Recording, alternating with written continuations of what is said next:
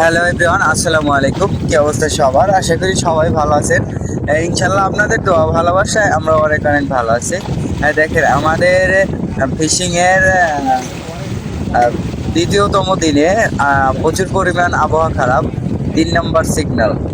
তো সেই ক্ষেত্রে আমরা কি করতেছি, আমরা এখন গাড়ির দিকে রওনা দিতেছি।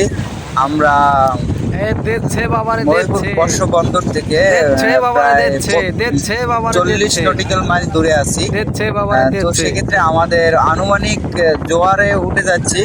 তো সেক্ষেত্রে আনুমানিক 3 ঘন্টা 3.5 ঘন্টা সময় লাগতে পারে। তো সেক্ষেত্রে আপনারা আমাদের জন্য একটু দোয়া করবেন। আমরা এই আবহাওয়ার ভিতরে সাগরে থাকি, মৎস্য আহরণ করি। আমাদের জন্য একটু দোয়া করবেন সবাই।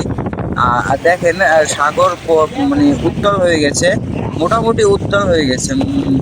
এটা হচ্ছে মোটামুটি উত্তাল। আস্তে আস্তে সম্ভবত আরো বাড়বে, যেহেতু প্রবল বাতাস, স্রোতের অনেক চাপ। আর আরো হচ্ছে গিয়ে 3 নম্বর সিগন্যাল। তো সেক্ষেত্রে আশা করা যায় যে আরো বাড়বে।